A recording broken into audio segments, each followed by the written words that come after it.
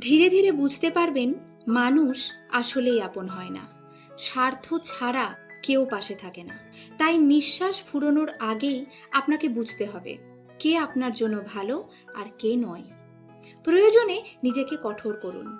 এই পৃথিবীটা না সহজ সরল মানুষদের জন্য বড্ড কঠিন। কখনো কখনো আপনার মনে হতে পারে যে এই পৃথিবীর সমস্ত কষ্টগুলো বোধহয় যত্ন করে আপনার জীবনে সাজিয়ে দেওয়া হয়েছে।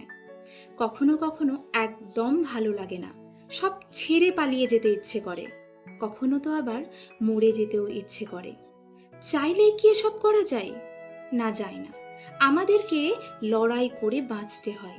তবে এই পৃথিবীর একটা সুন্দর সত্যি হচ্ছে যে উপরওয়ালা তাকে ততটুকুই ভার দেন যতটুকু বইবার শক্তি সে রাখে। এটুকু বিশ্বাস রাখতে পারলেই দেখবেন জীবন সুন্দর। ভালো থাকবেন, সুস্থ থাকবেন।